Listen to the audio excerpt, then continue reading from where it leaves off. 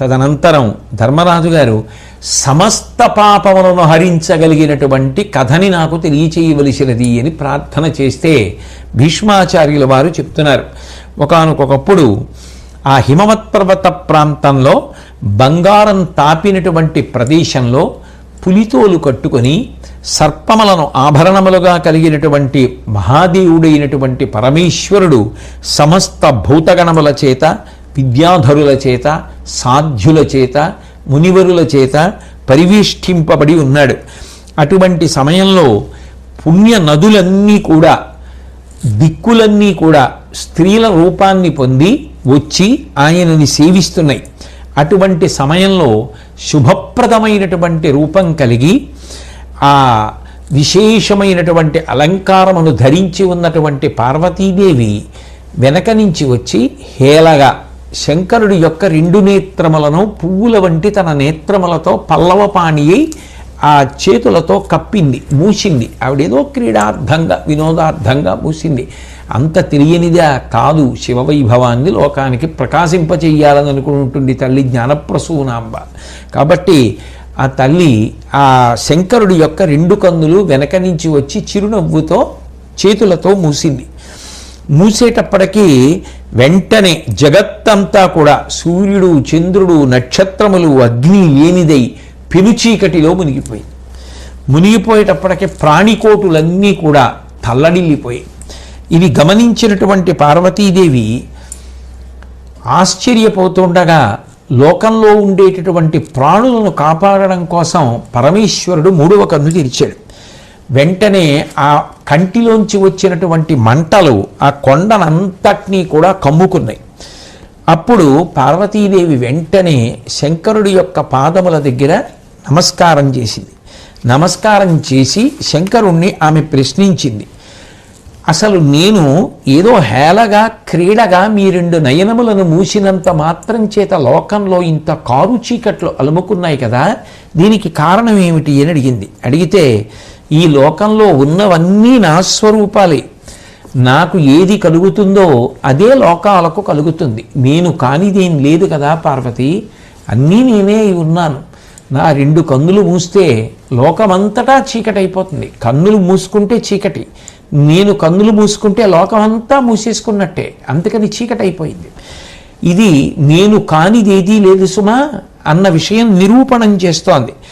భూతములకు భయం కలగకుండా ఉండడం కోసం, భూతములు అంటే ప్రాణులకు భయం కలగకుండా ఉండడం కోసమని, చీకటిని తాత్కాలికంగా తొలగించడం కోసమని నా యొక్క లలాటమునందు ఉన్నటువంటి 3వ కన్ను తెరవవలసి వచ్చింది అని చెప్పాడు. చెప్తే పార్వతీదేవి ఆ శివ వైభవానికి ఎంతో సంతోషించింది. తదనంతరం ఆ తల్లి, ఓ నిటలాక్ష, నీకు 4 ముఖములు ఎందుకు వచ్చాయి అని అడిగింది. అంటే శంకరుడి విషయంలో 5 ముఖములు కదా చెప్తాం. సద్యోజాత అఘోర తత్పురుష వామదేవ ఈశానములని 5 ముఖములు. తత్పురుషము అంటే తూర్పుని చూస్తూ ఉంటుంది, అఘోరము అంటే దక్షిణాన్ని చూస్తుంది, సద్యోజాతము అంటే పశ్చిమాన్ని చూస్తుంది, వామదేవము అంటే ఉత్తరాన్ని చూస్తుంది, ఈశానము అంటే 5వ ముఖం పైకి చూస్తూ ఉంటుంది, ఆకాశతత్వంతో ఉంటుంది. అదే జనన మరణ చక్రం నుంచి విడుదల చేస్తుంది, మోక్షప్రదాత అయినప్పుడు 5 తలలతో ఉండేటటువంటి పరమేశ్వరుణ్ణి 4 తలలతో ఉన్నవాడిగా ఇక్కడ పార్వతీదేవి ప్రశ్న చేసింది. అంటే ఆమె తత్వ సంబంధమైనటువంటిది కాకుండా ఒక ప్రధాన ప్రయోజనం కోసం ఆయన 4 తలల ముఖములను ధరించినటువంటి సన్నివేశం గురించి ప్రశ్నిస్తోంది అని అన్వయం చేసుకోవలసి ఉంటుంది. అంతేకాని శంకరుడికి 4 ముఖాలు ఉన్నాయి అని భావన కూడదు. ఎందుకనంటే సర్వసాధారణంగా ఆయనని పంచశిరుడు 5 తలలు కలిగిన వాడుగానే లోకంలో ప్రఖ్యాతి. అటువంటి శంకరుడు వెంటనే ఆమె వేసినటువంటి ప్రశ్నకి జవాబు చెప్తూ, ఈ లోకంలో సుందుడు, ఉపసుందుడు అనబడేటటువంటి రాక్షసులు ఉండేవారు. వాళ్ళు అపారమైనటువంటి భుజశక్తి కలిగినటువంటి వారు, చాలా విశేషమైనటువంటి శౌర్య ప్రతాపములు కలిగినటువంటి వారు. వాళ్ళు అస్త్రముల చేత సంహరింపబడరు, శస్త్రముల చేత సంహరింపబడరు. అస్త్రము అంటే అభిమంత్రింపబడుతుంది. రామచంద్రమూర్తి రామాయణంలో గడ్డి పరకని తీసి దాని మీద అభిమంత్రిస్తాడు. అశ్వత్థామ ఒక దర్భ మీద బ్రహ్మశిరోనామకాస్త్రాన్ని అభిమంత్రించాడు కదూ భారతంలోనే. కాబట్టి అస్త్రము అంటే అభిమంత్రింపబడుతుంది. శస్త్రము అంటే చేత్తో పట్టుకొని ధన బలాన్ని దానిలోకి ప్రవేశపెట్టి అవతల వారిని హింసిస్తారు, అవతల వారితో యుద్ధం చేస్తారు, బాధ పెడతారు. కాబట్టి దానికి శస్త్రము అని పేరు. కొన్ని శస్త్రములలో కూడా చేత్తో పట్టుకుని కొట్టే ఉంటాయి, పొడిచే ఉంటాయి, విసిరి లాగే ఉంటాయి. ఉదాహరణకి పాశం ఉందనుకోండి, వేసి లాగుతారు. ఓ శూలం ఉందనుకోండి, పొడుస్తారు. లేదు, చేత్తో పట్టుకుని విసురుతారు. తన బలాన్ని పొంది శూలం వెళ్ళి అవతల వాడికి గుచ్చుకుంటుంది. కత్తి ఉందనుకోండి, చేత్తో పట్టుకుని ప్రహరిస్తారు. గద ఉందనుకోండి, చేత్తో పట్టుకు కొడతారు, ఒక్కొక్కసారి ప్రయోగిస్తారు. కాబట్టి అవన్నీ కూడా శస్త్రములలోకి వస్తాయి. ఈ సుందుడు ఉపసుందుడు అనబడేటటువంటి రాక్షసులు ఏ అస్త్రానికి శస్త్రానికి కూడా లొంగరు. అటువంటి వారిని సంహరించడం కోసమని ఒకప్పుడు విశ్వకర్మ ఏం చేశాడంటే, ఈ సృష్టిలో ఉన్నటువంటి సమస్త ప్రాణులలో ఉన్నటువంటి అందాన్ని నువ్వు గింజంత తీసుకుని ఒక గొప్ప స్త్రీని నిర్మించాడు. ఆమెకి తిలోత్తమ అని పేరు. ఎందుకంటే నువ్వు గింజంత తీశాడు కాబట్టి. ఆమె ఏ ప్రయోజనం కోసమని చెప్పి పుట్టిందో ఆ ప్రయోజనం నెరవేరడం కోసం, అనుగ్రహం కోసం శివుడికి ప్రదక్షిణం చేస్తోంది. ఆ ప్రదక్షిణం చేస్తున్నటువంటి సమయంలో శంకరుడు ఈమె దేవకార్యం కోసం పుట్టింది, రాక్షస సంహారం కోసం పుట్టింది అని బహుశः తన చూపుల చేత అనుగ్రహించడానికి శంకరుడు ఆమె తన చుట్టూ తిరుగుతున్నప్పుడు 4 వైపులా 4 ముఖములను కల్పించుకుని చూశాడు. అందుకు చేత నాకు 4 ముఖములయ్యాయి అంటే కేవలము దృష్టి చేత అంత శక్తిని కల్పించగలిగాను అని. అట్లాగే పార్వతీదేవి మీ కంఠమునందు ఎందుకు నలుపు కలిగింది, శరీరం అంతా ఇంత తెల్లగా ఉంటుంది కదా, కంఠం ఎందుకు నల్లగా ఉంది అని అడిగింది. అంటే ఈ ప్రశ్నలు అడుగుతోంది అంటే పార్వతీదేవికి తెలియవండి, పరమేశ్వరుడు తెలియవు కాబట్టి ఆవిడ అడుగుతుంటే చెప్తున్నాడండి అని అనుకోవడం కూడా అమాయకత్వమే. ఎందుకంటే ఆ తల్లి సర్వజ్ఞ, ఆవిడికి తెలియకపోవడం ఏమిటి? పైగా వాళ్ళు అసలు నిజానికి 2 ఉంటారా? 2 కాదు, 2గా కనపడేటటువంటి ఒకటి. కళాభ్యాం చూడాలంకృత శశికళాభ్యాం నిజతపఫలాభ్యాం భక్తేషు ప్రకటిత ఫలాభ్యాం భవతు మే శివాభ్యాం అస్తోకత్రిభువన శివాభ్యాం హృది పునర్భమాభ్యాం ఆనందస్ఫురదనుభవాభ్యాం నతిరియం అంటారు శంకర భగవత్పాదులు. ఒక్కటే 2 అవుతూ ఉంటుంది. మరి అడగడం ఎందుకు, చెప్పడం ఎందుకు అంటే లోకానికి తెలియడం కోసం, ఆ శివతత్వం ప్రకాశించడం కోసం ఆ తల్లి ప్రశ్న వేస్తూ ఉంటుంది, ఆయన జవాబు చెప్తూ ఉంటాడు అనవలసి ఉంటుంది. కాబట్టి శంకర మీ కంఠానికి నలుపు ఎందుకు వచ్చింది అని అడిగింది. అడిగితే ఆయన జవాబు చెప్తూ, ఒకప్పుడు దేవతలు రాక్షసులు కలిసి అమృతోత్పాదనం చేయడం కోసమని క్షీరసాగర మథనం చేశారు. ఆ క్షీరసాగర మథనం చేసినప్పుడు అందులోంచి హాలాహలం పుట్టింది. ఆ హాలాహలాన్ని ఎవరూ స్వీకరించలేకపోతే దేవతల యొక్క ప్రార్థన మేరకు నేను దాన్ని స్వీకరించి, కడుపులో లోకములున్నాయి కాబట్టి మింగితే పాడైపోతాయని ఉదరము లోకంబులకును సదనంబకు టెరిగి శివుడు చటుల విషాగ్నిన్ కుదురుకొని కంఠభిలమున పదిలంబుగా నిలిపే సూక్ష్మ ఫలరసము క్రియన్, మింగకుండా దాన్ని కంఠంలో ఉంచుకున్నాను పార్వతి. అలా ఉంచుకున్న కారణం చేత, ఆ గరళము ఉన్న కారణం చేత నల్లగా మచ్చపడింది అక్కడ. అందుకని నేను నీలకంఠుడు అని పిలువబడ్డాను. అట్లు కంఠంబునందు మహావిషము దాల్చి నీలత కలిగిన దానజేసి కమలజాదిసురులు నీలకంఠుడంచు నన్ను కొనియాడిరప్పుడు నలినవదన. పద్మము వంటి ముఖం కలిగినటువంటి ఓ పార్వతి, నేను ఆ హాలాహల భక్షణం చేసి మింగకుండా కంఠంలో పెట్టుకున్న కారణం చేత తెల్లని కంఠమునకు నల్లని మచ్చొస్తే నన్ను నీలకంఠుడు అని చెప్పి బ్రహ్మాది దేవతలందరూ స్తోత్రం చేశారు అని శంకరుడు చెప్పాడు. తర్వాత పినాకము అనబడేటటువంటి ధనస్సు ఆయుధాలన్నిటిలోకి ఇష్టంగా పట్టుకుని తిరుగుతుంటావు. నమస్తే అస్తు ధన్వనే బాహుభ్యాముతై నమః అంటుంది రుద్రాధ్యాయం. పాతి జగదిది పినాకం అంటుంది లింగ పురాణం. లోకములను ఆ పినాకం అనే ధనస్సుని పట్టుకుని కాపాడతాడు కాబట్టి దానికి పినాకం అని పేరు. మిగిలిన ఆయుధాల కన్నా పినాకం అనబడేటటువంటి ధనస్సుని ఎందుకు ఇష్టంగా పట్టుకు తిరుగుతావు చెప్పవలసింది అని పార్వతీదేవి అడిగితే శంకరుడు జవాబు చెప్తూ, కృతయుగంలో కణ్వుడు అనబడేటటువంటి మహర్షి గొప్ప తపస్సు చేశాడు. ఆయన తపస్సు చేస్తున్నప్పుడు చుట్టూ పుట్టలు పెట్టేశాయి. ఆ పుట్టల్లోంచి ఒక గొప్ప వెదురు పైకి లేచింది. ఆ వెదురు ఏదో సామాన్యంగా ఉండేటటువంటి వెదురు కాకుండా అసాధారణ రీతిలో పెరిగి అంత పొడుగు అంత వెడల్పుతో పెరిగింది. వెంటనే బ్రహ్మ ప్రత్యక్షమై ఆ మహర్షికి కావలసినటువంటి వరములనిచ్చి ఆ పెరిగినటువంటి వెదురు తాను తీసుకుని 3 ధనస్సులను తయారు చేశాడు. అందులో మొదటిది పినాకము, అది శంకరుడికి ఇచ్చాడు. రెండవది శార్ంగము, అది శ్రీ మహావిష్ణువుకి ఇచ్చారు. మూడవది గాంధీవము, దాన్ని బ్రహ్మగారు తీసుకున్నారు. అదే తదనంతరం అర్జునుడి దగ్గరికి వచ్చింది. కాబట్టి అది ఒక మహర్షి తపస్సు చేసినప్పుడు పెట్టినటువంటి పుట్టలలోంచి పెరిగినటువంటి అసాధారణమైన వెదురుతో సృష్టికర్త అయిన చతుర్ముఖ బ్రహ్మ నిర్మించి పరమప్రీతితో నాకు ఇచ్చినటువంటి ధనస్సు కనుక మిగిలిన ఆయుధముల కన్నా దాన్ని ధరించడంలో ఎక్కువ ప్రీతితో ఉంటాను అని చెప్పాడు.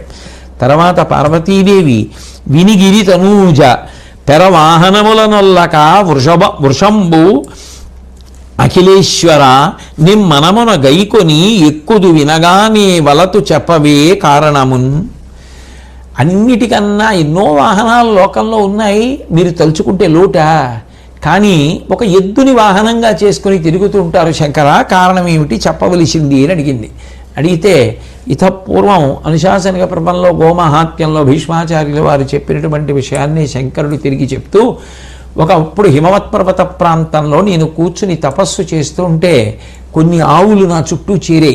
అందులో ఒక ఆవు పాలు దూడ తాగుతున్నప్పుడు దాని యొక్క నోటి చివరకు వచ్చినటువంటి నొరగ ఎగిరి నా మీదకొచ్చి పడుతున్న కారణం చేత నాకు తపోభంగమై నేను కన్నులు తెరిచి తీవ్రంగా చూస్తే ఆ కంటి కాంతులు పడినటువంటి గోవులు కొన్ని కపిల గోవులు అయ్యాయి.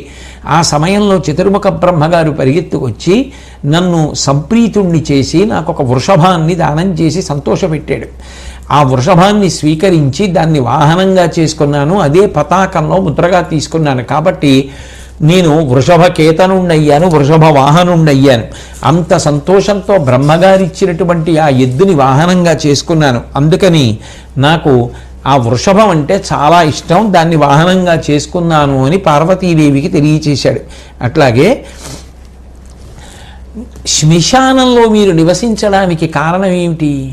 కైలాసం ఉంది, చింతామణులతో తయారు చేయబడినటువంటి గృహం ఉంది, ఇన్ని కాదని శ్మశానంలో దేనికి ఉంటారు అని అడిగింది. అడిగితే అప్పుడు శంకరుడు చెప్తున్నాడు, క్రూరమైనటువంటి భూతములు లోకంలో ఉంటాయి.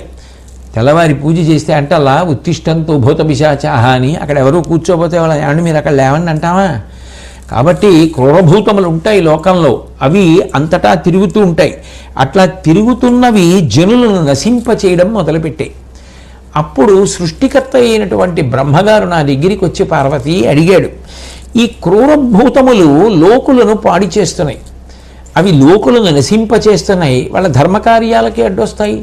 అందుకని మీరు తగిన విధానం చేసి వీటిని ఏదో విధంగా నిగ్రహించవలసినదిగా కోరారు. అట్లా ప్రార్థన చేస్తే నేను అప్పుడు వీటన్నింటినీ కూడా ఒక చోటికి చేర్చి ఉండాలి అనుకున్నాను.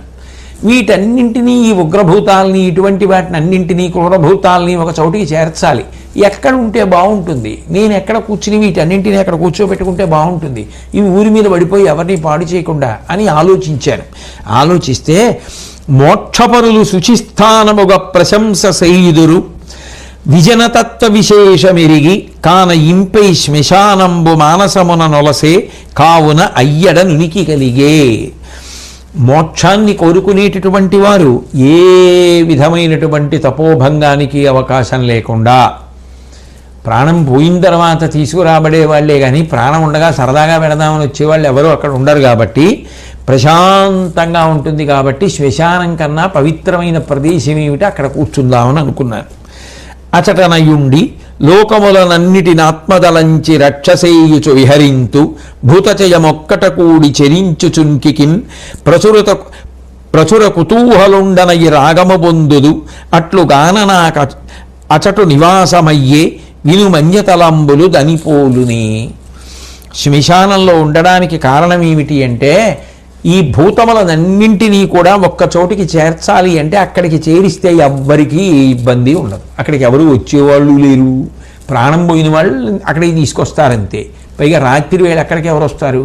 అందుకని నేను వీళ్ళందరినీ రాత్రి వేళ అక్కడికి తీసుకుపోయి అక్కడ కూర్చోబెట్టి వాళ్ళు వీళ్ళ మీద పడిపోకుండా జనులను నాశనం చేసేయకుండా నేను అక్కడ పెట్టుకుంటే లోకములకు ఇబ్బంది ఉండదని నేను అక్కడ కూర్చుని వీటిని అన్నింటినీ అక్కడికి తీసుకెళ్ళా.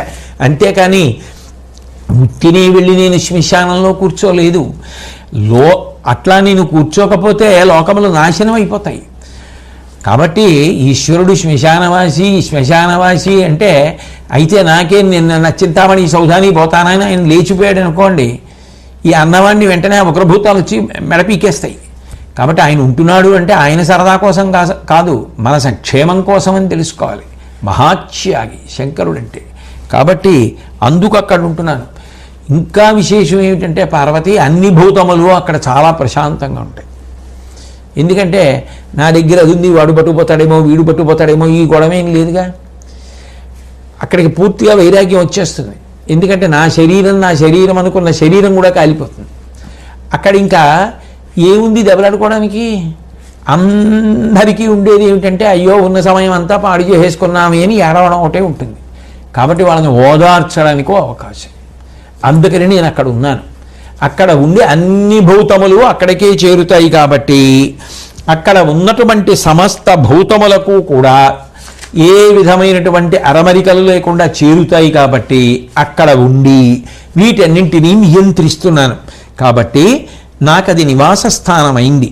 అంటే పార్వతీదేవి అడిగింది, ఈ బూది మీరు భస్మ రాసుకుంటారు ఒంటికి, అట్లాగే ఎముకల మాలలు ధరిస్తారు, పాములు ఆభరణాలు, గొడ్డలి శూలం మీకు ఆయుధాలు, ఇంత తీవ్రత కలిగినటువంటి భయంకరమైన రూపాన్ని ఎందుకు ధరిస్తూ ఉంటారు శివ అని అడిగింది. ఎందుకంటే శివుడికి అదొకటే రూపం కాదు, శివుడి యొక్క ఆహ్లాదకరమైనటువంటి రూపం ఉంది. ఘృతగీతి ఘనీభూతం సచ్చిదానంద విగ్రహం, నెయ్యి ముద్ద పోసినట్టుగా ఉంటుంది.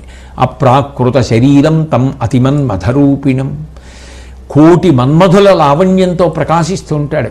అంత అందగాడివి ఇటువంటివన్నీ ఎందుకు ధరించి ఉంటూ ఉంటావు, ఏమిటి కారణం అని అడిగింది. అడిగితే అప్పుడు ఆయన అసలు రహస్యాన్ని బయటపెట్టాడు. ఈ లోకం నడుస్తోంది అంటే రెండు కారణముల చేత నడుస్తోంది. ఒకటి వేడి, ఒకటి చల్లతనం. ఈ రెండు కూడా అవసరమే. ఈ రెండు లేకుండా అసలు నడవదు. చల్లతనం అంతా విష్ణుస్వరూపం, వేడితనం అంతా శివస్వరూపం. ఈ రెండు కలిస్తేనే సృష్టి. ఈ రెండింటినీ కలిపి విశ్వముగా నేను ధరించి భరించి ఉన్నాను పార్వతి. అందుకని వేడికి సంబంధించినవి నాయందు ఉంటాయి. కాబట్టి అటువంటి వాటన్నింటినీ అగ్ని సంబంధమైన వాటిని ధరించి ఉన్నాను అని చెప్తే, మరి అంత చల్లటివాడు చంద్రుణ్ణి తల మీద ఎందుకు ధరించారు అని అడిగింది పార్వతీదేవి. అనవుడు దక్షుయజ్ఞమున కల్గిన నాడు సురాళికేను పీడన మొనరించు చోట వికటంబుగ సోముని మేను త్రొక్కగా నను శరణంబు వేడిన మనంబున అక్కటికంబు ఉట్టి చేసిన దురితంబు సోముని నిటు చేయకపోదని మౌళిదాల్చితిన్. దక్షయజ్ఞంలో దేవతలందరూ దారి తప్పి చెయ్యకూడని యజ్ఞం చేస్తూ ఉంటే శివుడికి అందులో హవిస్సు లేదంటే వాళ్ళకి బుద్ధి చెప్పడం కోసమని దక్షయజ్ఞ ధ్వంసం చేశాను వీరభద్రుడిగా. ఆ చేస్తున్నప్పుడు అక్కడ ఉన్నటువంటి చంద్రుడు కింద పడిపోతే ఆయన్ని తొక్కేశాను. తొక్కేస్తే శరణాగతి చేసి ఆ చంద్రుడు నన్ను ప్రార్థన చేశాడు. వెంటనే నా మనసు ద్రవించిపోయింది. అంటే ఎంత భక్తవాత్సల్యం ఉన్నవాడు. అయ్యో అని వంగి ఇతనికి నేను చెయ్యగలిగిన ఉపకారం ఇంతే అని వెంటనే తీసి నెత్తి మీద పెట్టుకున్నాను. నేను తొక్కానో ఆనా కాళ్లే పట్టుకుంటే ఎత్తి నెత్తిని పెట్టుకున్నాను. అంటే ఎంత తప్పు చేసిన వాడైనా తప్పైంది మహాప్రభో అని నమస్కరించి శరణాగతి చేస్తే వాళ్ళని ఎత్తి నెత్తిని పెట్టుకోగలిగినటువంటి ఉదారుడు శంకరుడు, అంతటి మహానుభావుడు. కాబట్టి పార్వతి దక్షయజ్ఞ ధ్వంస సమయంలో ఆ చంద్రుణ్ణి ఎత్తి తల మీద పెట్టుకున్నాను. చంద్రరేఖ ధరించాను కాబట్టి చంద్రశేఖర అని. చంద్రుడు కాలమును గణన చేయడంలో చంద్ర కళల చేత శుక్లపక్ష కృష్ణపక్షములు కాలగతి నిర్ణయిస్తారు. కాలాతీతులను కనుక చంద్రశేఖర అని, చంద్రమౌళి అని కీర్తింపబడ్డాడైన. కాబట్టి ప్రధాన కారణంగా శంకరుడు చెప్పింది దక్షయజ్ఞ ధ్వంసంలో నా చేత ఖేదములు పొందినటువంటి చంద్రుడు శరణాగతి చేసినప్పుడు మళ్ళీ ఆ చంద్రుణ్ణి ఎత్తి తల మీద ధరించాను అని చెప్పాడు. పార్వతీదేవి వేసినటువంటి ఈ ప్రశ్నలకి శంకరుడు చెప్పినటువంటి జవాబులు ఏవి ఉన్నాయో ఆ ఘట్టాన్ని విన్నటువంటి వాళ్ళకి సమస్త పాపములు తొలగిపోతాయని, ఇది పరమ పవిత్రమైన ఘట్టమని భీష్మాచార్యుల వారు ధర్మరాజు గారు వేసినటువంటి ప్రశ్నకి జవాబుగా ఉమామహేశ్వర సంవాదము అన్న పేరుతో ఈ పార్వతీ పరమేశ్వరుల మధ్య జరిగినటువంటి ప్రశ్నోత్తరముల యొక్క విశేషాన్ని వివరించడం జరిగింది. పార్వతీదేవి పరమేశ్వరుణ్ణి ఉద్దేశించి ప్రశ్న చేస్తూ సమస్త ధర్మముల యొక్క సారమేది, ఏది ప్రధానముగా అనుష్ఠించవలసినటువంటి ధర్మం అయి ఉంటుంది అని అడిగితే శంకరుడు పార్వతీదేవికి జవాబు చెప్తూ హింస చెయ్యకుండా ఉండడం అనేటటువంటిది ధర్మములలోకెల్లా అత్యుత్తమమైనటువంటి ధర్మం. కానీ ఈ హింస చేయకుండా ఉండడము అనేటటువంటి మాటని చాలా జాగ్రత్తగా అర్థం చేసుకోవాలి, అన్వయం చేసుకోవాలి. హింస చేయకుండా ఉండడము అంటే అసలు మన ప్రయత్నంతో ఏ ప్రాణికి హింస జరగకుండా చూడడము అన్నది బాహ్యార్థం. కానీ శంకరుడు అంటాడు పార్వతీదేవితోటి, భూమి మీద చీమలు నడుస్తూ ఉంటాయి, చిన్ని చిన్ని కీటకాలు నడుస్తుంటాయి. మన పని మీద మనం వెళ్ళిపోతాం. వాటిని తొక్కేయాలనో వాటిని చంపేయాలనో మనకి ఉద్దేశ్యం ఉండదు. కానీ అవి మన పాదముల కింద పడి నలిగి మరణిస్తాయి. అట్లాగే ఆకాశంలో అంటే గాలిలో ఈ దోమల వంటివి తిరుగుతూ ఉంటాయి. అవి ఒక్కొక్కప్పుడు పెద్ద శబ్దం చేతనో లేకపోతే మనం వెడుతున్నప్పుడు తగిలు మరణించవచ్చు. అప్పుడు అది కావాలని మనం చంపింది కాదు, కానీ మన వలన అవి మరణించాయి. అట్లాగే తల వెంట్రుకలలో పేలు ఉంటాయి.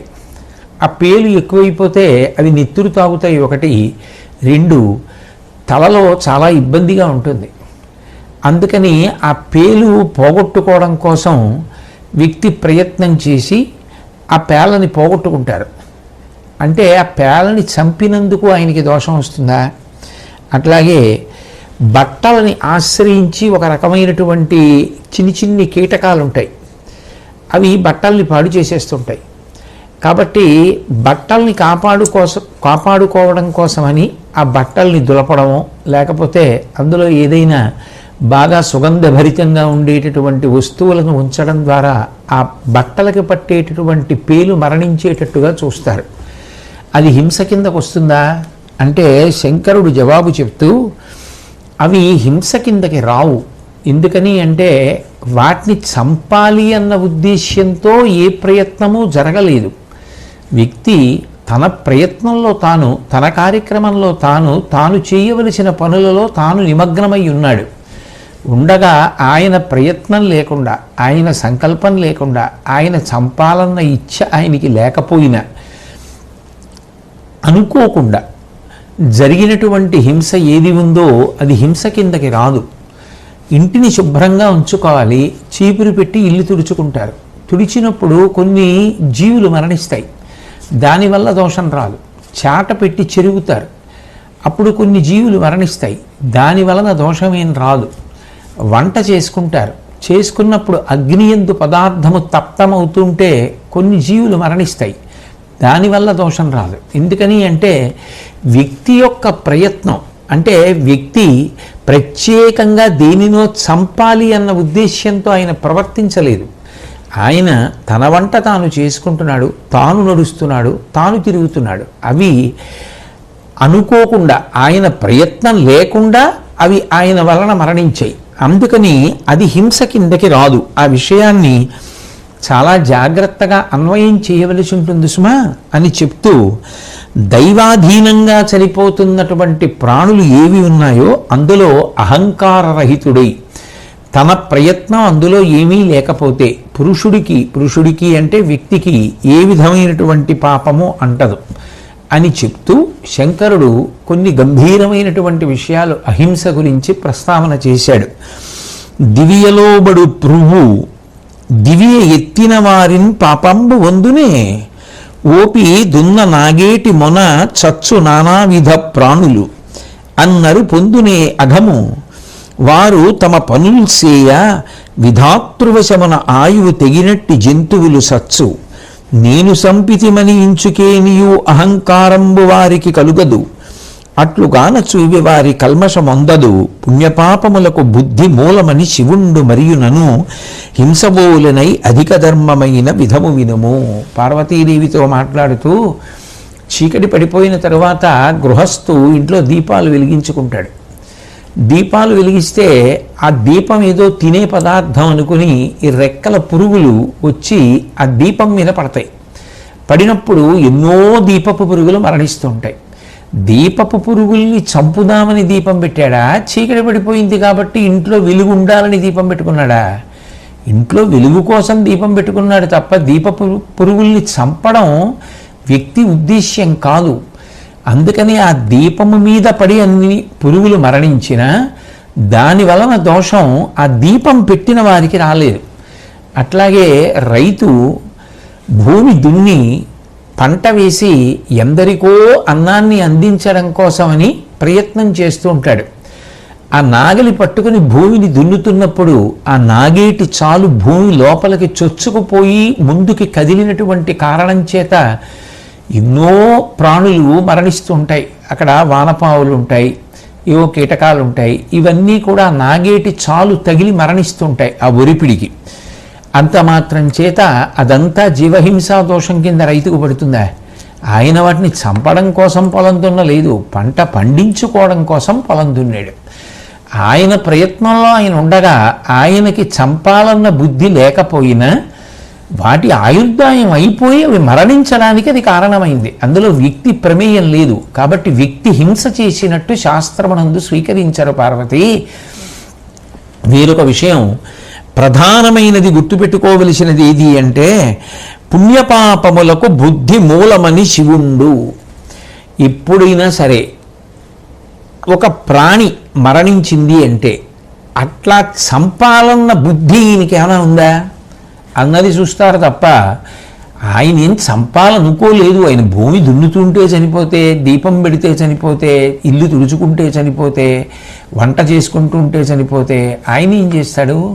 అది విధివశం చేత వాటికి ఆయువు తీరిపోయిన కారణం చేత మరణించాయి అని భావన చేస్తారు తప్ప దాని వలన హింసాదోషము వ్యక్తికి అంటదు అని చెప్తూ, దానికోసమని చెప్పి మనిషి నేను హింస చేశాను అని చెప్పి బెంగ పెట్టుకోవలసినటువంటి అవసరం ఉండదు సుమా పార్వతి అని శంకరుడు పార్వతీదేవికి చెప్పాడు. తర్వాత పార్వతీదేవి వేరొక గంభీరమైన ప్రశ్న వేసింది. ఇవన్నీ నేను మళ్ళీ చెప్తున్నాను, ఆ తల్లి తెలియక అడుగుతున్నవి కావు, ఆవిడ సర్వజ్ఞ. మనకి చెప్పించడం కోసం, మనకి ప్రామాణికంగా విషయం మీద పరిజ్ఞానాన్ని కల్పించడం కోసం ఆ తల్లి శంకరుణ్ణి పరిప్రశ్న చేసి శంకరుడి జవాబులు లోకమునకు అందేటట్టు చేస్తోంది. కొంతమంది భూమి మీద శివ సిరి సంపదలతో తొలతూగుతుంటారు, గొప్ప ఐశ్వర్యం ఉంటుంది, ఎంతో సంతోషంగా ఉంటారు. మరికొందరు కష్టాలతోటి ధనం లేక బాధపడుతూ ఉంటారు. ఇట్లా ఎందుకు జరుగుతుంది? ఈశ్వరుడికి తనంత తానుగా పక్షపాతం ఉండదు, ఎవరిని బాధ పెట్టాలనేటటువంటి కోరిక ఉండదు, ప్రత్యేకంగా కొంతమందిని ఎవరినో సుఖపెట్టాలనేటటువంటి ఇచ్ఛ ఉండదు. అటువంటప్పుడు వృషద్విచిత్రతల్పయోర్ భుజంగముక్తికస్రజో గరిష్టరత్నలుష్టయో సుహృద్విపక్షపక్షయో తృణారవింద చక్షుషో ప్రజామహీ మహేంద్రయో సమప్రవర్తయన్మన కదా సదాశివం భజే అంటారు. అన్నిటి యందు సమబుద్ధి కలిగినటువంటి పరమేశ్వరుడికి ఈ తారతమ్యములను సృష్టించడంలో కర్తృత్వం లేనప్పుడు మరి దేని చేత కొంతమంది ఐశ్వర్యవంతులవుతున్నారు, కొంతమంది ఏ కారణం చేత ధనము లేక బాధపడుతున్నారు, నాకు తెలియచేయవలసింది అని అడిగితే పరమేశ్వరుడు జవాబు చెప్తూ, అనుటయు శంభుడిట్లను దయన్ బలి భిక్షము పెట్టలేమి కుందిన చెలి చుట్టమున్ పిలిచి దీనత వాపి అపాపవృత్తి చెల్గిన తొలుపాము కల్గునరు లెస్సగమంచు విధాత నిష్కృపాత్ముని అతిలోభ దూషితుని దుర్గతి దుఃఖితి చేయు పార్వతీ. ఒక్కొక్క వ్యక్తికి కొంతమంది బంధువులు ఉంటారు, కొంతమంది స్నేహితులు ఉంటారు.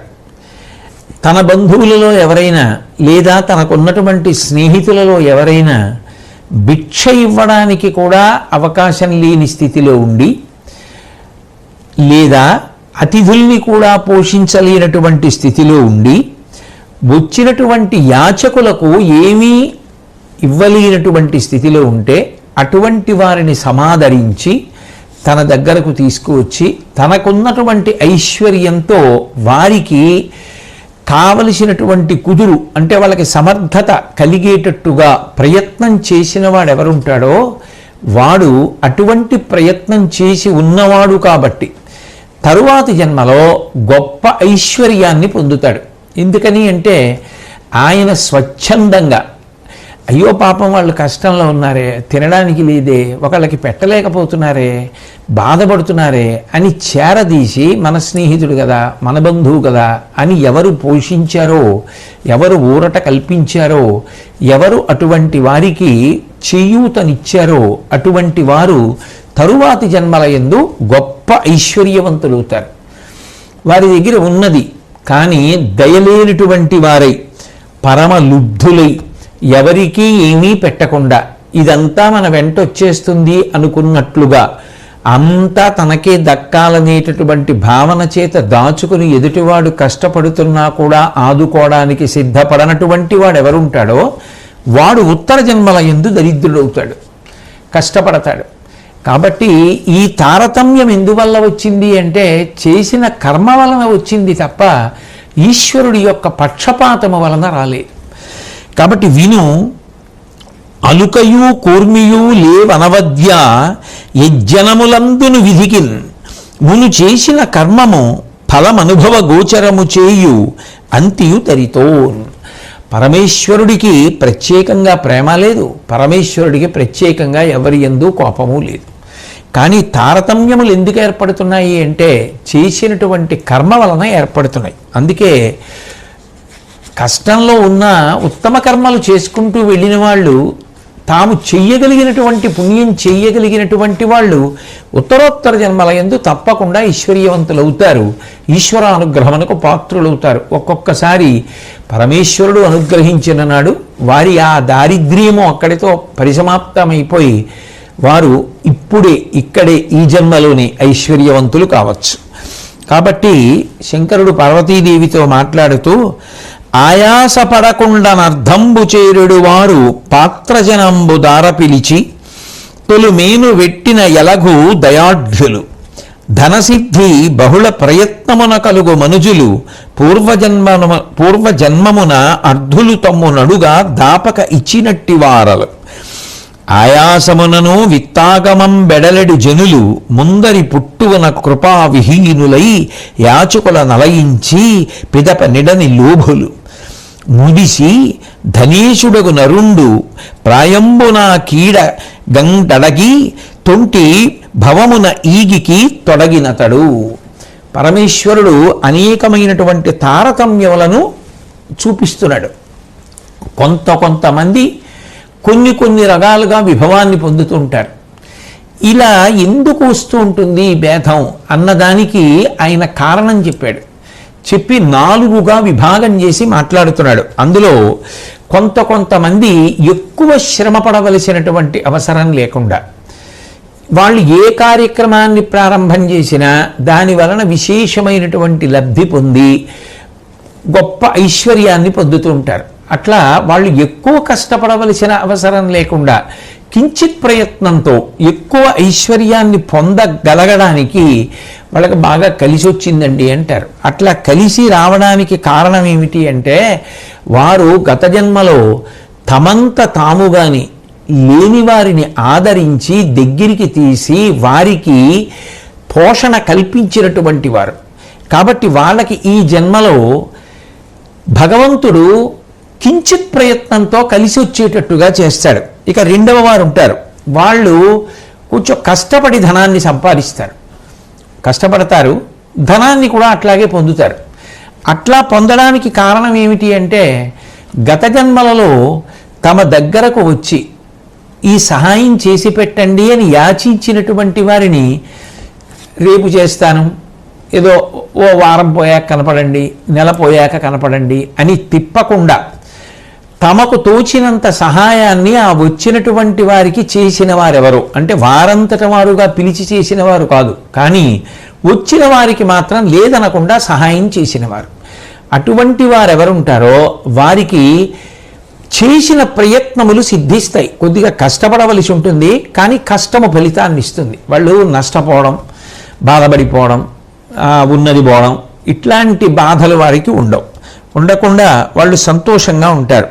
మరికొంతమంది ఎంత శ్రమపడినా పాపం ఉన్నది జారిపోతుంటుంది తప్ప వారికి కొత్తగా వచ్చి చేకూరదు. అది నిజంగా చాలా బాధాకరమైన విషయం. ఎంత కష్టపడినా, ఎంత శ్రమపడినా ఎప్పుడూ కష్టమే, ఎప్పుడూ దరిద్రమే తప్ప ఎప్పుడూ గుండెల మీద చెయ్యేసుకొని సంతోషంగా మనకేమిటి అని ఉండగలిగినటువంటి స్థితిని కొంతమంది పొందలేకపోతున్నారు. పార్వతి దానికి పరమేశ్వరుడి ప్రమేయం లేదు. దానికి కారణం ఏమిటో తెలుసా? ఎవరైనా గత జన్మలలో వారిని ఆశ్రయించినప్పుడు సహకారము చేయగలిగిన శక్తి ఉండి కూడా ఏవేవో మాటలు చెప్పి ఇప్పుడు చేస్తాను అప్పుడు చేస్తాను అని ఆశ పెట్టి తిప్పి వారికి ఏ ఉపకారం చెయ్యకుండా రిక్తహస్తాలతో పంపించేసిన వారు ఉంటారే, అటువంటి వారికి ఏ ప్రయత్నం చేసినా ధనము సమకూడదు. ఎందుకంటే గత జన్మలలో చేసినటువంటి కర్మలు. అట్లాగే కొంతమందిలో ఎట్లా ఉంటుంది అంటే వారు పడుచుదనంలో ఉన్నప్పుడు అంటే మంచి ఓపిక ఉన్నప్పుడు ఎవ్వరికీ ఏమీ చేయరు.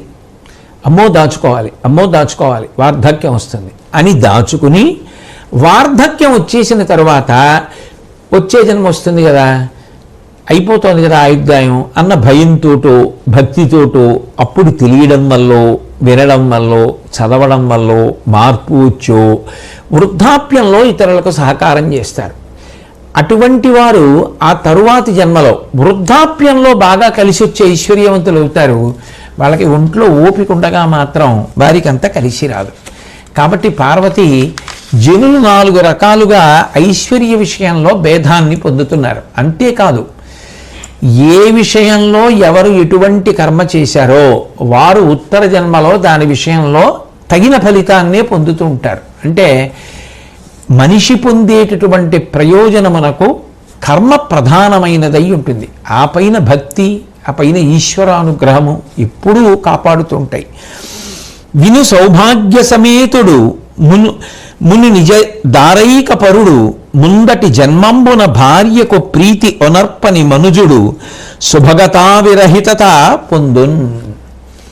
పరమేశ్వరుడు గృహస్థాశ్రమం గురించి మాట్లాడుతున్నాడు. ఎంత కష్టాల్లో ఉండనివ్వండి, భార్యాభర్తల మధ్య ఆనుకూల్యత ఉంటే, ఇద్దరి మధ్య మంచి దాంపత్యం ఉంటే అన్ని కష్టాల్ని అధిగమిస్తారు.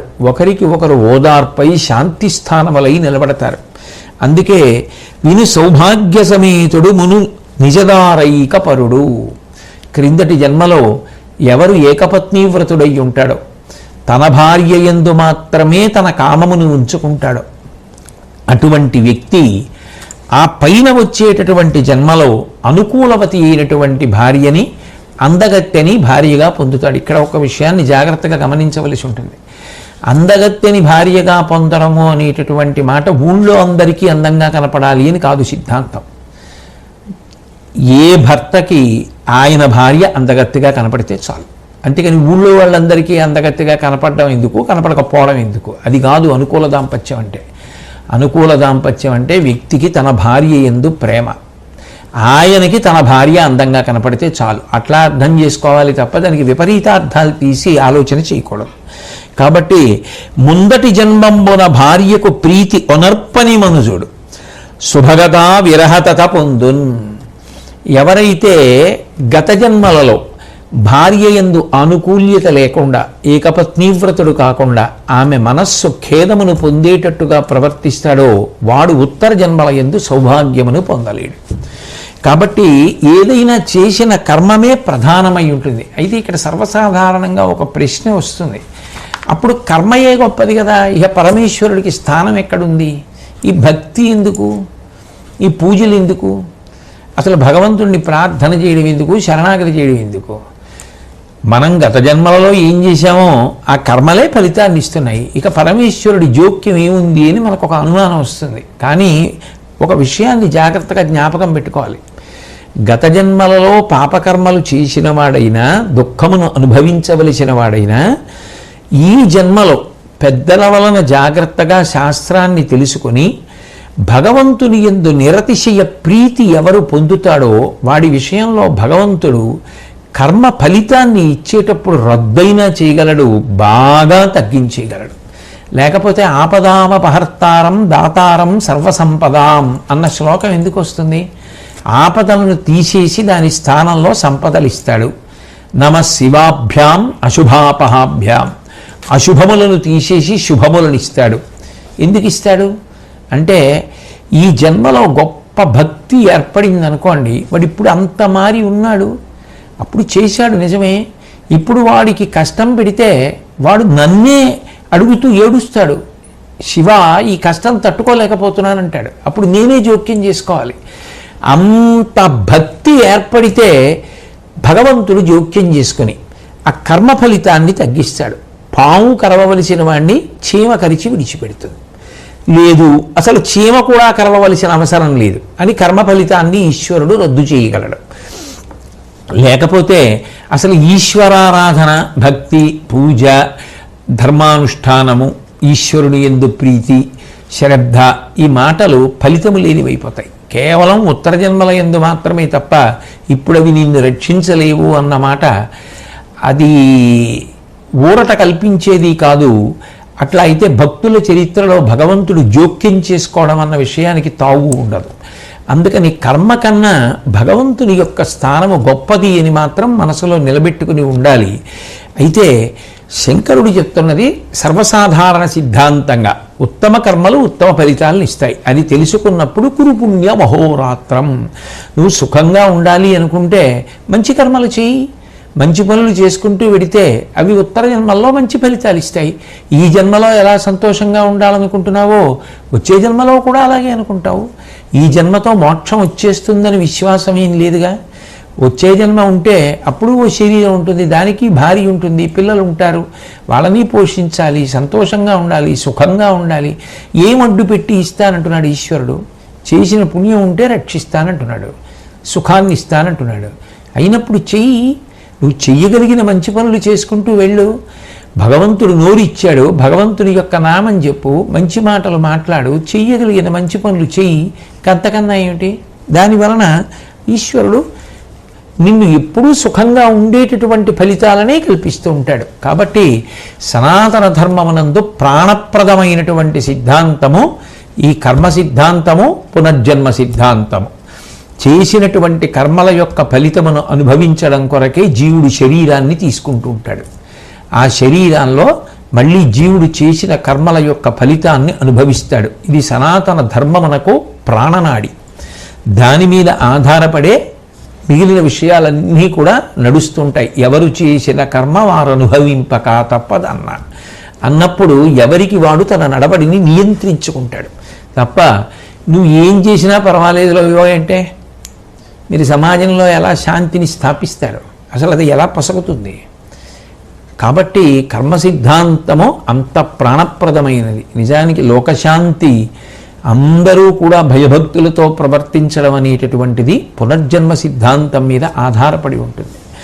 కాబట్టి తమంత తాముగా కొంతమంది స్వచ్ఛందంగా క్రమశిక్షణతో మంచిగా ప్రవర్తించవచ్చు, అది కూడా మంచి విషయమే. నేను దాని గురించి కాదు, ఏది ప్రతిపాదింపబడిందో భారతంలో దాని గురించి ప్రస్తావన చేస్తున్నాను. కాబట్టి శంకరుడు పార్వతీదేవితో మాట్లాడుతూ జీవితంలో అనేక కోణాలలో వచ్చేటటువంటి కష్టసుఖాలు, ఏదో రోగాల పరంగా కానీ, లేదు బంధువులు, ఆత్మీయులు, కుటుంబము, సమాజము, వీటి పరంగా కానీ మనిషి పొందేటటువంటి అనేక రకములైనటువంటి సుఖములు, అనేక రకములైనటువంటి కష్టములకు కారణములుగా గత జన్మలలో చేసినటువంటి కర్మలు ఎటువంటివై ఉంటాయి అన్న విషయం గురించి విస్తారంగా పార్వతీదేవితో చెప్పడం జరిగింది. తర్వాత వీరొక అతి గంభీరమైన విషయాన్ని శంకరుడు ప్రస్తావన చేస్తున్నాడు.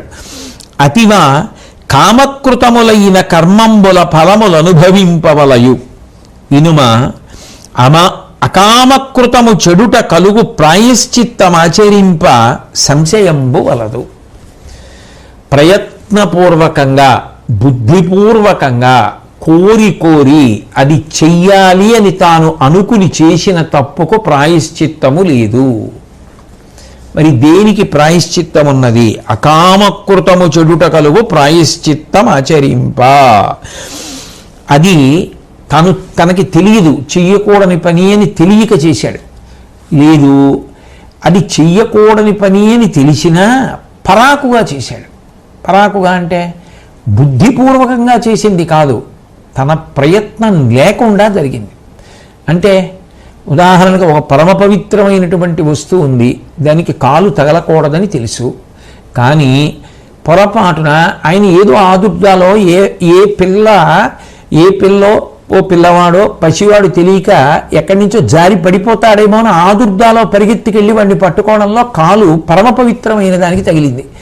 అయ్యో నా పాదం తగిలిందే అనుకున్నప్పుడు ప్రాయశ్చిత్తం చేసుకోవచ్చు. ఏదో చిన్న చిన్న ప్రాయశ్చిత్త కర్మలు ఉంటాయి, అవి చేసుకోవచ్చు. ఎందుకనంటే ఆయనకి అందులో ఏమీ బుద్ధిపూర్వకంగా చేసింది లేదు, పరాకు వల్ల జరిగింది. అటువంటి వాటికి ప్రాయశ్చిత్తం చేత ఆ పాపమును తొలగించుకోవచ్చు. పుణ్యం పోదు, కానీ పాపాన్ని పోగొట్టుకోవడానికి అవకాశం ఉంది. ఎప్పుడు? బుద్ధిపూర్వకంగా చేసినది కాకపోతే. ప్రాయశ్చిత్త కర్మ చేత పార్వతి మనిషి ఆ కర్మను తొలగించుకోవచ్చు, ఆ ఫలితాన్ని పోగొట్టుకోవచ్చు. కాబట్టి చాలా జాగ్రత్తగా తెలుసుకోవలసిన విషయం ఏమిటి అంటే, దేవతలు కానీ రాక్షసులు కానీ మునులు కానీ ఎవరైనా కానీ ఎవరు చేసిన కర్మకి ఫలితాన్ని వారు అనుభవించవలసిందే. ఇక అందులో మాత్రం ఏ విధమైన అనుమానం ఉండదు అన్న విషయం చాలా జాగ్రత్తగా బుద్ధిలో దృఢంగా పదిలపరుచుకోవలసి ఉంటుంది అని పార్వతీదేవికి శంకరుడు చెప్పాడు. అంటే కర్మ సిద్ధాంతం గురించి ఇంకా ఇంతకన్నా తేలిగ్గా సంగ్రహంగా చెప్పడం బహుశా ఎవరికి సాధ్యం కాదేమో, అంత అందంగా వర్ణించాడు శంకరుడు.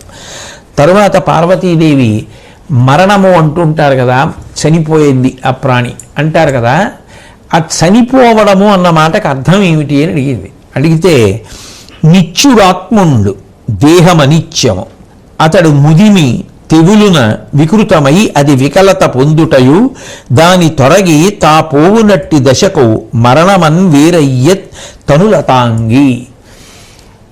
ఒక శరీరంతో జీవుడు ఈ లోకంలోకి వస్తాడు. కొంత కాలం అయిపోయిన తర్వాత అది వృద్ధాప్యాన్ని పొందుతుంది, వికారములు పొందేస్తుంది, శరీరం అంతా ముడతలు పడిపోతుంది, సంధిబంధములన్నీ సడలిపోతాయి, అనేకమైనటువంటి రోగములు ఆ శరీరంలోకి ప్రవేశిస్తాయి. అది ఇక జీవుడికి ఉత్తమ కర్మలు చేసుకోవడానికి ఏ విధంగానూ ఉపకరణముగా పనికిరాదు. అటువంటప్పుడు శాశ్వతమైనటువంటి ఆత్మ ఈ శరీరాన్ని వదిలిపెట్టేసి వేరొక శరీరంలోకి వెళ్ళిపోతుంది. అలా ఒక శరీరాన్ని ఆత్మ వదిలిపెట్టేస్తే ఆ వదిలిపెట్టినప్పుడు పడిపోయిన శరీరం ఏదుందో అది మృత్యువు చేత గ్రసింపబడింది అంటారు పార్వతి. అంతే చావంటే అని శంకరుడు పార్వతీదేవికి చెప్పాడు. తర్వాత పార్వతీదేవి అడిగింది, వ్యక్తి యొక్క ఆయుర్దాయం రక్షింపబడాలి అంటే, ఆయుర్దాయం పెరగాలి అంటే ఎటువంటి కర్మలు చేయవలసి ఉంటుంది? క్షమయు, సత్యంబు, కృపయు, శౌచమును, గురుల వలని భక్తియు, ఆయువు పొలుపునిచ్చు, అలుక, బొంకు, క్రూరత, శుచితాపగమము, గురు విరోధమాయువు కడు కుందచేయు. నిజంగా చెప్పాలి అంటే ప్రథమో దైవ్యోభిషకు అంటుంది కదా రుద్రాధ్యాయం. మీరు కొంచెం ఇటువంటివి తగ్గించుకోకపోతే మీరు ఆరోగ్యం పాడు చేసుకుంటారు సుమా అంటుంటారు వైద్యులు. సర్వసాధారణంగా ఆయువు వృద్ధి పొందడానికి వైద్యుల నోటి వెంట ఏ మాటలు వస్తాయో అవి ముందు శంకరుడు నోటి వెంట వచ్చినవి. ఆయువు పెరగడానికి క్షమ, ఓర్పు కావాలి. ఓర్పు ఉన్నవాడు ఉద్వేగపడడు కాబట్టి ఆయనకి అనారోగ్యాలు సంప్రాప్తించి రోగాలు వచ్చి తొందరగా మరణించడం అన్నది ఉండకపోవచ్చు. వేరు వేరు కారణాలకి వెళ్ళిపోతే మనం చెప్పలేము. కానీ క్షమయు సత్యంబు, అబద్ధాలాడేవాడికి భయం, ఎవరికి ఏం తెలిసిపోతుందో, మనం అబద్ధం ఆడాం కదా అది తెలిసిపోయిన తర్వాత ఏ ఇబ్బందులు వస్తాయో అని. సత్యం పలికేసినటువంటి వాడికి అక్కడతో ఆ గొడవ వెళ్ళిపోయింది. కాబట్టి సత్యము కృపయు, సకల ప్రాణుల పట్ల దయ కలిగినటువంటి వాడు ప్రేమతో ఆలోచిస్తాడు. ఎవరిని బాధ పెట్టాలి అన్న ఆలోచన ఆయనకు ఉండదు. అటువంటి ఆలోచన లేనప్పుడు పరమ ప్రశాంతంగా ఉంటాడు. కాబట్టి దయయు, ఆ కృపయు, శౌచమును, బాహ్యంలోనూ శౌచంతో ఉండడం, శుచిత్వంతో ఉండడం, లోపల మంచి భావాలతో ఉండడం. ఇప్పుడు అందరూ చెప్పేది అదే కదా, భోజనం చేసే ముందు శుభ్రంగా చేతులు కడుక్కోండి, 1కి 10 మాటలు చేతులన్నీ సబ్బుతో కడుక్కుంటూ ఉండండి. ఇవన్నీ ఎప్పుడూ శంకరుడు చెప్పినవే. ఆరోగ్యంగా ఉండడమే ఆయుర్దాయం ఉంచుకోవడం. అయినప్పుడు ఆయువు ఆరోగ్యం లేని ఆయువు అని కాదు కదా అన్వయం. ఆయుర్దాయం అంటే ఆరోగ్యంతో కూడుకుని అని అన్వయం చేయవలసి ఉంటుంది. అయినప్పుడు బాహ్య శౌచము, ఆంతర శౌచము ఈ రెండూ నిలబెట్టుకోవడం. గురువుల మీద భక్తి, వాళ్ళు మన జీవితం ఉద్ధరింపబడడానికి, మంచి విషయాలు తెలియడానికి, మన జీవితం ఒబ్బిడి కావడానికి, ఉత్తర జన్మల యందు కూడా మనకి పనికొచ్చేటటువంటి పుణ్యములు చేయించడానికి కావలసిన సారవంతమైన మాటలను అందించగలిగిన ప్రజ్ఞాధురీణులు అనేటటువంటి నిశ్చయాత్మకమైనటువంటి భావము మనసులో స్థిరమై నిలబడడం గురువుల యందు భక్తి. ఈ లక్షణములు ఎవరికి ఉంటాయో వాళ్ళకి ఆయుర్దాయము వృద్ధి పొందుతుంది. అలుక, కోపం, అయిందానికి కాందానికి ప్రతిదానికి కోపం, ఆ కోపం చేత ఉద్వేగం, ఆ కోపం ఉన్నవాడు ఊగిపోతూ ఉంటాడు, నిద్రపోడు. ఏమవుతుంది? ఏ రక్తపోటో వస్తుంది, ఆయన ఆరోగ్యమే పాడవుతుంది, ఆయుర్దాయం చెడిపోతుంది. బొంకు, అబద్ధాలు ఆడిన వాడికి ఎప్పుడు భయమే. అబద్ధం ఆడి చేశాను, అది తెలిసిపోతే ఏమవుతుందో, నలుగురిలో ఏమడుగుతారో అని ఎప్పుడు బెంగే. క్రూరత, మనసంతా క్రౌర్యంతో నిండిపోయి ఏ ప్రాణిని బాధ పెడదాము అన్న ఉద్దేశ్యంతో తిరుగుతున్నాడు అనుకోండి, ఎవరు ఆదరిస్తారు? ఎవరు అటువంటి వాడితో ప్రేమగా ఉంటారు? ఎవరు ఎందుకు దగ్గరికి తీస్తారు అటువంటి వాడిని? భావమునందు సాధుత్వము లేకపోతే. అట్లాగే శుచితాపగమము, శుచితాపగమము అంటే శౌచము లేకపోవడం. ఇందాక ఆయుర్దాయాన్ని పెంచితే శౌచం, అది లేకపోతే ఆయుర్దాయం పోతుంది. గురు విరోధము, గురువు గారితో విరోధం పెట్టుకోవడం. అసలు అంతకన్నా అర్థం లేని విషయం లోకంలో ఇంకోటి ఉండదేమో. గురువు గారి మీద విరోధం పెట్టుకోవడం ఏమిటి? ఆయన్ని పాడు చేద్దామని ప్రయత్నం చేయడం ఏమిటి? ఆయనకు అపఖ్యాతి తేవడానికి ప్రయత్నించడం ఏమిటి? ఆయన గురించి అబద్ధాలు చెప్పడం ఏమిటి? ఎందుకు వచ్చింది ఇవన్నీ అంటే, ఇటువంటి పనులన్నీ దేనికి పనికొస్తాయి అంటే ఆయువు నశించిపోవడానికి కారణములు అవుతాయి. కాబట్టి పార్వతి, ఆయువు నిలబడడానికి కారణములవి, ఆయువు తరిగిపోవడానికి కారణములవి అని చెప్పి ఆయన తపస్సు చేసేటటువంటి వారు అంటే ఏకాగ్ర దృష్టి, అనేకమైనటువంటి తపస్సు యొక్క కోణములను పరమేశ్వరుడు చెప్పాడు. బ్రహ్మచర్యానుష్ఠానము చేతను, ఆహారం తీసుకునేటప్పుడు ప్రియముగానూ ఉండాలి. ఆహారము కూడా ఒక భోగము, ఎందుకంటే అది తినడము చేత ఒక సుఖము, ఒక సంతోషము కలుగుతాయి. కాబట్టి ప్రియమైనటువంటి ఆహారమే తినాలి, కానీ మితంగా తీసుకోవడం అలవాటు కావాలి. ప్రియమైన ఆహారం కదానని అపరిమితంగా తింటే అది వ్యాధికారకమవుతుంది. ప్రియమైనది, మితమైనది, దైవర్పితమైనది, సాత్వికమైనది, న్యాయార్జితమైనది ఆహారము ఆయువుని పెంచుతుంది. అలాగే చాలా తొందరగా వృద్ధాప్యం వచ్చేసేటట్టుగా, అంటే శరీరం ముడిలిపోయేటట్టుగా ఏ రోగములు చేస్తాయో అటువంటి వాటిని నివారించడానికి, ప్రాణములనే తీసేయగలిగినటువంటి రోగములను హరించడానికి వీలైనటువంటి ఔషధములను వైద్యుడు సాక్షాత్ పరమేశ్వరుడన్న నమ్మకంతో ఆయన చెప్పినవి తగిన మోతాదులో పుచ్చుకొని పథ్యం చేసిన వారికి ఆయువు నిలబడుతుంది. కాబట్టి ఇవి ఆయుర్దాయం పెరగడానికి కారణములు సుమా అని శంకరుడు పార్వతీదేవికి బోధ చేశాడు. తదనంతరమునందు పాపములు ఎన్ని రకాలుగా ఉంటాయి, అవి ఏవి నాకు తెలియచేయవలసింది అని పార్వతీదేవి అడిగింది. పాపము అన్న మాటకు ఒక్కటే అర్థం, ఈశ్వరుడు ఏది చెయ్యొద్దన్నాడో అదే పాపం. ప్రారంధం ఏమిటంటే చెయ్యండి అన్న పని ఏదో చేయమన్నారు కదా అని చేసేస్తారు. చెయ్యొద్దు అని ఏదంటారో అదే చెయ్యాలని ఉత్సాహంగా ఉంటుంది. కలియుగంలో ఆ ఉత్సాహం మరీ ఎక్కువగా ఉంటుంది. నేనంటున్నది కాదు, శాస్త్రములు చెప్పిన మాట. కాబట్టి శివుడు పార్వతీదేవితో పాపములు ఎన్ని రకాలుగా ఉంటాయో చెప్తున్నాడు.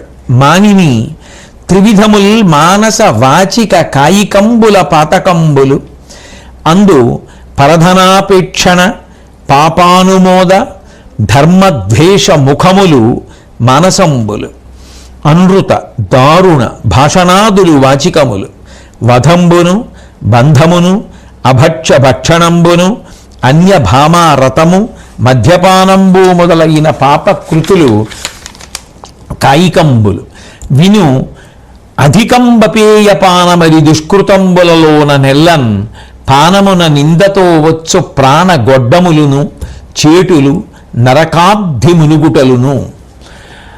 3 రకములుగా పార్వతి పాపములుంటాయి. అందులో మొదటిది మనసుతో చేసేటటువంటి పాపం. ఆ మనసుతో చేయబడేటటువంటి పాపం ఎలా ఉంటుంది అంటే, ఎప్పుడూ కూడా ఇతరుల దగ్గర ఉన్నటువంటి ఐశ్వర్యం, ఇతరుల దగ్గర ఉన్నటువంటి ధనాన్ని తాను ఎలా తీసేసుకోవచ్చు, ఎలా అపహరించవచ్చు అన్న దాని గురించి మనసులో ఆలోచిస్తూ ఉండడం. ఎవరైనా తప్పుడు పని చేస్తే ఆ తప్పుడు పనిని అంగీకరించడం, ఏం పర్వాలేదులేండి అంటూ ఉండడం, దుష్కృత్యాన్ని అంగీకరిస్తూ ఉండడం. అట్లాగే ధర్మద్వేషంతో కూడుకున్నటువంటి కార్యక్రమాలు, అంటే కార్యక్రమం ఒకటి జరిగింది అంటే మన ఇష్టం వచ్చినట్టు చేయకూడదు, శాస్త్రమునకు కట్టుబడి జరగాలి. తస్మాత్ శాస్త్రం ప్రమాణంతే కార్యం వ్యవస్థితౌ. అటువంటి ధర్మము చేత కట్టబడవలసినటువంటి కార్యక్రమాలు ఏముంటాయో వాటిని ద్వేషించడం. శాస్త్రం ఏమిటి, శౌచ్యం ఏమిటి, ఆచారం ఏమిటి, కర్మ ఏమిటి, ఇవన్నీ ఏమిటి అంటూ ఉండడం. కాబట్టి ధర్మద్వేషంతో ధార్మికమైనటువంటి కార్యక్రమములను నిరుత్సాహపరిచి మాట్లాడుతుండడం, ఇవన్నీ కూడా మనస్సంబంధమైనటువంటి పాపములే. అంటే వాటి పట్ల అటువంటి జుగుప్స మనసులో పెంచుకోవడం, వాటిని తృణీకరించడం మనసులో, అది మానసికమైన పాపము. అట్లాగే అబద్ధాలు చెప్తూ ఉండడం, అవతల వారి యొక్క మనసు బాధపడేటట్టుగా ఏది మాట్లాడినా కఠినంగా మాట్లాడుతూ ఉండడం, అవి వాక్ సంబంధమైనటువంటి పాపములు. ఇక 3వది కాయిక పాపము, అంటే శరీరంతో చేసేటటువంటి పాపం. అది ప్రాణిని చంపడం, ప్రాణిని కట్టేయడం, బంధించడం, తినకూడనివన్నీ తింటూ ఉండడం, అంటే శరీరంలోకి పంపిస్తూ ఉండడం, వేరొకరి భార్యని తన భార్యగా పొందాలి అనేటటువంటి ప్రయత్నం చేసి సఫలీకృతుడు కావడం, కళ్ళు త్రాగడం, ఇవి శరీర సంబంధమైనటువంటి పాపములు. పరమేశ్వరుడు పార్వతీదేవితో మాట్లాడుతూ చెప్పినటువంటి మాట ఏమి అంటే, వినుము అధికం బపేయపానమది దుష్కృతంబులలోన నెల్లన్. పాపాలలో కల్లా చాలా చాలా పెద్ద పాపం ఏమిటో తెలుసా పార్వతి? మద్యపానం చేయడం. మద్యపానం చేయడం కన్నా పెద్ద పాపం లోకంలో ఇంకొకటి ఉండదు. ఎందుకనంటే పానమున నిందతో వచ్చు ప్రాణగొడ్డములను, ఎవరైతే మద్యపానం చేస్తారో వాళ్ళకి అపకీర్తి వస్తుంది. 2, ప్రాణమునకు ఉపద్రవం ఏర్పడుతుంది. ఇవాళ ఇన్ని చోట్ల ఎంతంత పెద్ద పెద్ద ఫలకాలు పెడుతున్నారు, మద్యపానం చేసి వాహనాలు నడపకండి, మద్యపానం చేసి రహదారి మీదకి వెళ్ళకండి. ఆఖరికి ఆ వాహన చోదకులను ఊపిరిని పరీక్ష చేసి ఈయన కానీ మద్యపానం చేసి నడుపుతున్నాడా అని ప్రత్యేకంగా రక్షకభటులు పట్టుకోవలసినంత అగత్యం ఏర్పడుతోంది. అంటే అది ఎంత ప్రమాదకరమైనది. ప్రాణమునకు ప్రమాదం కదూ. మద్యపానం చేసి వాహనం నడిపిన వాడికి ఒంటి మీద తెలివి ఏముంటుంది? ఏ సామాన్య కుటుంబీకుడు, ఏ కష్టపడి కుటుంబాన్ని పోషించుకుంటున్న వాడికో ఏదైనా అయితే ఆ కుటుంబం ఏమైపోతుంది? లేక లేక పుట్టిన ఒక పిల్లవాడికి ఏమైనా అయితే వాడి ప్రాణం పోక్కలది, కాలో చెయ్యో విరిగితే ఆ తల్లిదండ్రులు ఎంత ఖేదపడతారు? అంటే ప్రాణ సంకటములు దేని వలన ఏర్పడతాయంటే మద్యపానము వలనని. ఆరోగ్యం పాడైపోయి వాడికి మాత్రం ప్రాణ సంకటం ఏర్పడదు ఏమిటి? కాబట్టి కీడు, జరగకూడనటువంటి నష్టములన్నీ జరుగుతాయి దానివల్ల. కాబట్టి ఇంకా అంతకన్నా భయంకరమైన పాపం పార్వతీ లోకంలో ఇంకొకటి ఉండదు. నిజానికి నరకానికి పెద్ద రాజద్వారం ఇది అంటే మద్యపానమే. కాబట్టి నరకాబ్ధిమునుగుటలను ఇంత భయంకరమైనటువంటి పాపం ఇంకొకటి ఉండదు. కాబట్టి మద్యపానము అలవాటు చేసుకొనరాదు అని శంకరుడు పార్వతీదేవితో చెప్తే అనుశాసనిక పర్వంలో దాన్ని భీష్మాచార్యుల వారు ధర్మరాజు గారికి చెప్పగా అనుశాసనిక పర్వం మీద ప్రసంగం చేస్తూ వాళ్ళు చెప్పిన విషయాన్ని నేను చెప్పాను. కాబట్టి అది అంత భయంకరమైనటువంటి పాపము, అన్ని పాపములలోకి గొప్ప పాపము. అంటే పార్వతీదేవి అంది, సంతోషం పరమేశ్వర, పాపముల గురించి చెప్పారు 3 విధములు ఉంటాయని. మనసుతో చేసేవి, వాక్కుతో చేసేవి, శరీరంతో చేసేవి. పుణ్యముల గురించి చెప్పండి అని అడిగింది. అడిగితే ఆయన ఔపరమికము అని ఒక పుణ్యం ఉంటుంది, నిరుపకరణము అని ఒక పుణ్యము, సోపకరణము అని ఒక పుణ్యం. ఇవి 3 శ్రేణులు, 3 వర్గములు. ఈ రకములైనటువంటి పుణ్యములు ఉంటాయి. అందులో ఔపరమికము అనబడేటటువంటి పుణ్యమునకు అర్థం ఏమిటి అంటే పాపము జోలికి వెళ్ళకపోవడమే. నిషిద్ధ కర్మ నేను చెయ్యను, నేను ఆ తప్పు వైపుకి నేను వెళ్ళను అన్న భావన పొందారనుకోండి, అదే పుణ్యం అన్నాడు పరమేశ్వరుడు. అది ఎందుకు వస్తుంది అంటే తనంత తానుగా రావడం కొంతవరకే, కానీ ఎక్కువ ఎందుకు వస్తుంది అంటే మంచి మంచి గ్రంథములను పరిశీలించడం చేత, ధర్మశాస్త్రం మీద నమ్మకం కలగడం చేత, గురువు గారు చెప్పినటువంటి మాటలు, శాస్త్రములు చెప్పినటువంటి మాటల మీద విశ్వాసము కలిగినందున, ఋషిప్రోక్తమైనటువంటి వాంగ్మయాన్ని బాగా చదువుకుని అనుష్ఠాన పర్యంతంలోకి తెచ్చుకోవాలనేటటువంటి జిజ్ఞాస పెరిగిన కారణం చేత ఏవి బంధహేతువులో, ఏవి బాధాకారణములో, ఏవి పునర్జన్మల యందు ఇబ్బందులు పెడతాయో వాటి జోలికి నేను వెళ్ళను. ఇప్పటికిప్పుడు అందులో ఏదైనా సంతోషం ఉండొచ్చు, కానీ అవి తర్వాత నన్ను చాలా ఇబ్బంది పెట్టేస్తాయి, అందుకని నాకొద్దా పాపం అని ఎవడు పాపము జోలికి వెళ్ళడో అదే పుణ్యం. ప్రయత్నపూర్వకంగా పాపం చేస్తే ఓ సంతోషం ఉంటుందని తెలిసినా వెళ్లకుండా వదిలేశాడు అంటే వాడి శ్రద్ధావంతుడు కదా, వాడికి గురువాక్యం మీద శాస్త్రం మీద నమ్మకం ఉంది కదా. చిన్న పిల్ల వడ్డాణం పెట్టుకుని ఆడుకుంటోంది, ఎవ్వరు లేరు, ఆ అమ్మాయి వడ్డాణం కింద పడిపోయింది, ఆ పిల్ల ఆడుకుంటూ ఆడుకుంటూ వెళ్ళిపోయింది. ఆ పిల్ల ఎవరి పిల్లో, ఏ వాటాలో ఉంటుందో అన్నీ ఆయనకి తెలుసు. ఆయన తీసుకుని దాచేసుకోవచ్చు, పట్టుకెళ్ళి అమ్మా చిన్న పిల్లకి పెట్టారే, జారిపోయింది, పడిపోయింది, ఎవరైనా చూస్తే అని పట్టుకెళ్ళి ఇచ్చేయచ్చు. బంగారాన్ని దొంగతనం చేసి దాచుకుంటే కట్టి కుడిపేస్తుంది అనుకోవాలి అంటే అప్పటికప్పుడు వచ్చి ఎవరు ఏం చేసేయరు, కానీ శాస్త్రం మీద గురువు మీద నమ్మకం ఉండాలి. పట్టుకెళ్ళి ఇచ్చేస్తే ఎంత కష్టపడి ఆ తల్లిదండ్రులు చేయించుకున్నారో, ఎంత కష్టపడ్డారో అని పట్టుకెళ్ళి ఇచ్చేస్తే పరమేశ్వరుడు నిన్ను అనుగ్రహిస్తాడనడానికి ఉత్తర క్షణంలో వచ్చి నిన్ను మెచ్చుకొని నీ భుజం మీద ఓ తట్టి ఆయన ఏమీ నీకు కితాబులు ఇవ్వడు, కానీ దానికి శాస్త్రము గురువు ప్రమాణం. పాపము చెయ్యకుండా ఉండడం ఎప్పుడు వస్తుంది? శ్రద్ధ వలన వస్తుంది. కాబట్టి పాపం చేయకపోవడమే ఒక పుణ్యం పార్వతి. ఆ పుణ్యమునకు ఔపరమికము అని పేరు. అట్లాగే 2వ రకమైనటువంటి పుణ్యం ఉంటుంది, దానిని నిరుపకరణము అని పిలుస్తారు. అంటే పాపాన్ని వదిలిపెట్టేసి ప్రయత్నపూర్వకంగా మంచి పనులు చేయడం, పరిశుద్ధంగా ఉండడం, సత్యమును పలకడం, శమదమాదులను పాటించడం, అంటే ఇంద్రియముల యొక్క నియంత్రణ, మనసుని నిగ్రహించుకోగలగడం, రుజు ప్రవర్తన, వ్రతాలను ప్రీతితో అనుష్ఠించడం, ఉపవాసం ఉండడం, అంటే ఎంత సాత్విక పదార్థం తీసుకుంటే శరీరం ఉత్తమ కర్మలు చేయడానికి యోగ్యంగా నిలబడుతుందో అట్లా పదార్థాన్ని తీసుకుని ఉత్తమ కర్మల యందు నిమగ్నం కావడం, బ్రహ్మచర్యాన్ని నిలబెట్టుకోవడం, ఇవన్నీ కూడా పుణ్యములు. కాబట్టి అటువంటి పుణ్యములు ప్రయత్నపూర్వక కర్మలు, వాటిని పార్వతి నిరుపకరణము అని పిలుస్తారు. ఇక 3వ పుణ్యం ఉంటుంది. ఆ 3వ పుణ్యము ధనాన్ని వెచ్చించి చేస్తారు. శాస్త్రము మీద నమ్మకం, గురువాక్యం మీద నమ్మకంతో పాటుగా తాను కష్టపడి ధార్మికంగా సంపాదించినటువంటి ద్రవ్యాన్ని ఇది మనని ఉద్ధరిస్తుంది అన్న నమ్మకంతో చేస్తారు. అందులో దానము. నేను ఇంత కష్టపడి సంపాదించింది ఎవరికో ఇచ్చేయడం ఏమిటి, ఇచ్చేస్తే అది నన్ను ఉద్ధరిస్తుందా అంటే ఉద్ధరిస్తుంది అన్న నమ్మకంతో త్యాగం, తాను సంపాదించింది ఇంకొకరికి దానం చేశాడు. అంతా కాకపోవచ్చు, కొంత భాగం ఆ దానము చేతను. అట్లాగే పితృశ్రాద్ధము, దీని గురించి అనుశాసనిక పర్వంలో భీష్మాచార్యులు వారి శంకర మహారాజు గారి యొక్క విశేషం గురించి చెప్పడం దగ్గర నుంచి శ్రద్ధతో చేసేది అన్న విషయాన్ని నిన్నటి రోజున మనం ప్రసంగంలో పరిశీలించడం జరిగింది. కాబట్టి పితృదేవతలకు సంబంధించినటువంటి శ్రాద్ధాది కర్మలను నిర్వర్తించడం చేతను మనిషి 3వ రకమైన పుణ్యాన్ని పొందుతాడు. అది సోపానకరణము అంటారు. ఈ 3 రకములైనటువంటి పుణ్యములను కూడా చేయగలిగిన వాడు ఎవరుంటాడో వాడు విశేషంగా భగవంతుడి యొక్క అనుగ్రహాన్ని పొందుతాడు.